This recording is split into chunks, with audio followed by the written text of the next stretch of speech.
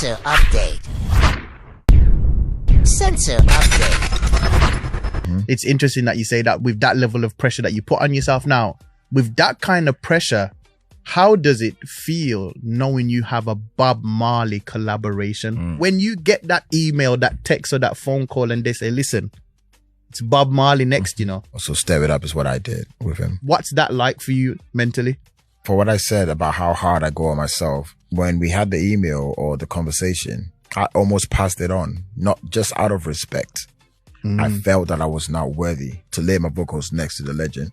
I was really hard on myself. And my manager was like, this is a big opportunity. But because the artist side of me is thinking more about the arts, it's not the opportunity. So I didn't even listen to anything. I just felt I'm not the right person to lay my vocals to the legend.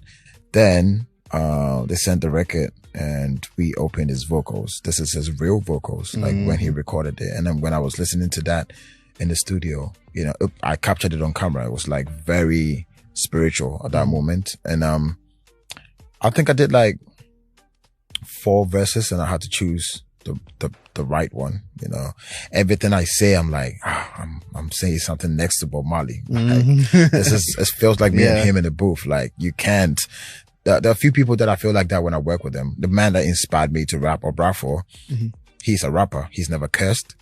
He's never used profanity. And he was catering to the youth. I didn't know how he was able to do that. Yeah. I tried it, but you know, the new generation is hard to like keep it too censored. You want to say stuff that you feel.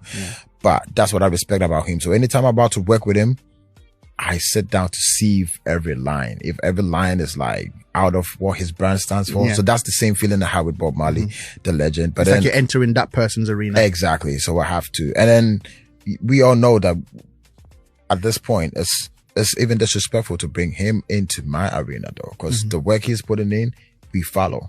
So he set the pace for what I have to do. So the record is not, yes, I brought it home. I seen having my producers from Ghana, but the message and everything that he stands for, I have to make sure that I back it. Yeah. But I got away with the song because the song was not one of his super conscious type of records. You know, this is his love, so I could get away with it. It's interesting. I heard the song and as I'm listening to it, I was like, oh yeah, he put it all on the line.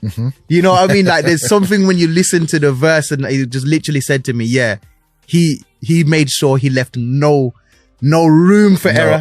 He's like,